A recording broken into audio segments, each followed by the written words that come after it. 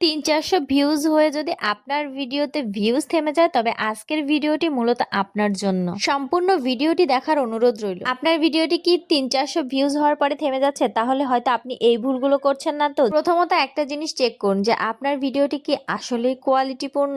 আর যদি ভিডিওতে কোয়ালিটি না থাকে তবে আপনার ভিডিও ওই ২-৪০০ ভিউজ হয়েই থেমে যাবে। আপনি অবশ্যই চেষ্টা করবেন কোয়ালিটিফুল ভিডিও মেক করার। আর সবসময় একটি টপিকের উপরেই কাজ করার চেষ্টা করবেন। ভিডিওতে সবসময় এঙ্গেজমেন্ট ধরে রাখুন। এঙ্গেজমেন্ট দুইভাবে মূলত ধরে রাখা যায়। প্রথমত আপনার ভিডিওতে যারা লাইক কমেন্ট করে বা কমেন্ট করে তাদের কমেন্টের গুলো রিপ্লে করুন। এতে আপনার এঙ্গেজমেন্ট বৃদ্ধি পাবে এবং দ্বিতীয়ত শিক্ষণীয় কিছু রাখার চেষ্টা করুন এবং অথবা বিনোদনমূলক কোনো টপিক রাখার চেষ্টা করুন যেখানে আপনার অডিয়েন্স গুলো আপনার ভিডিওতে দীর্ঘ সময় টাইম স্পেন্ড করবে। এতে ফেসবুক বুঝতে পারবে যে হ্যাঁ, আপনার ভিডিওটা অবশ্যই কোয়ালিটিপূর্ণ এবং আপনার ভিডিওতে অবশ্যই শিক্ষণীয় কিছু আছে।